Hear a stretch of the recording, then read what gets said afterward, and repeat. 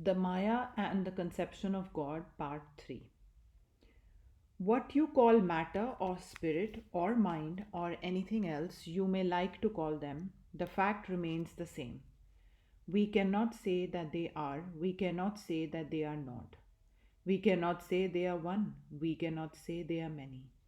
This eternal play of light and darkness, indiscriminate, indistinguishable, inseparable, is always there. A fact, yet at the same time not a fact. Awake and at the same time asleep. This is a statement of facts, and this is what is called Maya. We are born in this Maya, we live in it, we think in it, we dream in it. We are philosophers in it, we are spiritual men in it. No, we are devils in this Maya, and we are gods in this Maya. Stretch your ideas as far as you can make them higher and higher. Call them infinite and or by any other name you please. Even these ideas are within this Maya. It cannot be otherwise. And the whole of human knowledge is a generalization of this Maya, trying to know it as it appears to be. This is the work of Namarupa, name and form. Everything that has form, everything that calls up an idea in your mind is within Maya. For everything that is bound by the laws of time, space, and causation is within Maya. Let us go back a little to those early ideas of God and see what became of them. We perceive at once that the idea of some being who is eternally loving us, eternally unselfish and almighty, ruling this universe could not satisfy. Where is this just merciful God? Asked the philosopher. Does he not see millions and millions of his children perish in the form of men and animals? For who can live one moment here without killing others? Can you draw a breath without destroying thousands of lives? You live because millions die. Every moment of your life, every breath that you breathe is death to thousands. Every movement that you make is death to millions. Every morsel that you eat is death to millions. Why should they die? There is an old sophism that they are very low existences. Supposing they are, which is questionable, for who knows whether the ant is greater than the man or the man is greater than the ant? Who can prove one way or the other? Apart from that question, even taking it for granted that these are very low beings, still, why should they die? If they are low, they have more reason to live. Why not?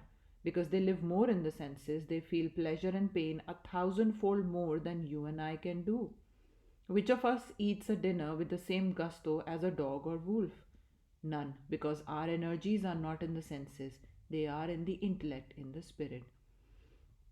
But in animals, their whole soul is in the senses, and they become mad and enjoy things which we human beings never dream of, and the pain is commensurate with the pleasure. Pleasure and pain are meted out in equal measure.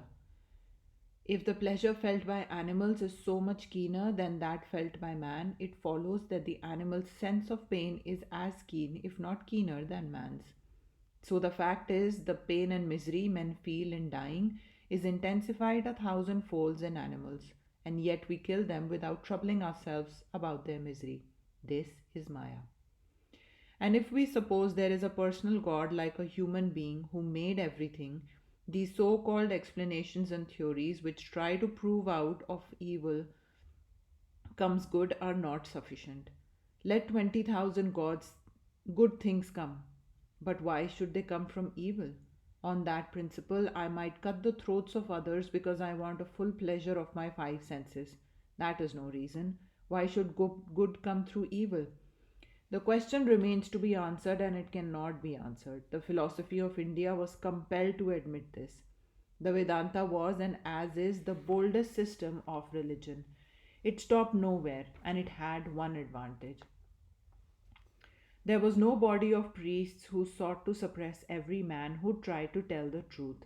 There was always absolute religious freedom. In India, the bondage of superstitions is a social one. Here in the West society, is very free. Social matters in India are very strict, but religious opinions is free. In England, a man may dress any way he likes or eat what he likes, no one objects. But if he misses attending church, then Miss Grundy is down on him. He has to conform first to what society says on religion, and then he may think of the truth. In India, on the other hand, if a man dines with one who does not belong to his own caste, down comes society with all its terrible powers and crushes him then and there. If he wants to dress a little differently from the way in which his ancestor dressed ages ago, he's done for. I have heard of a man who was cast out by society because he went several miles to see the first railway train. Well, we shall presume that was not true. But in religion, we find atheists, materialists, and Buddhists, creeds, opinions, and speculations of every phase and variety, some of a most startling character, living side by side. Preachers of all sections go about teaching and getting adherents. And at the very gates of the temples of God, the Brahmins, to their credit be it said, allow even the materialists to stand and give forth their opinions. Buddha died at a ripe old age. I remember a friend of mine, a great American scientist, who was fond of reading his life. He did not like the death of Buddha because he was not crucified. What a false idea! For a man to be great, must he be murdered?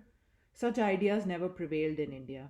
This great Buddha traveled all over India, denouncing her gods and even the gods of the universe, and yet he lived to a good old age. For 80 years he lived and converted half the country. Then there were the Charvakas, who preached horrible things, the most rank, undistinguished materialism, such as in the 19th century they dare not openly preach. These Charvakas were allowed to preach from temple to temple and city to city that religion was all nonsense, that it was priestcraft, and the Vedas were the words and writing of fools, rogues, and demons, and that there was neither God nor an eternal soul. If there was a soul, why did it not come back after death, drawn by the love of wife and child? Their idea was that if there was a soul, it must still love after death, and want good things to eat and nice dress. Yet no one heard these Charvakas.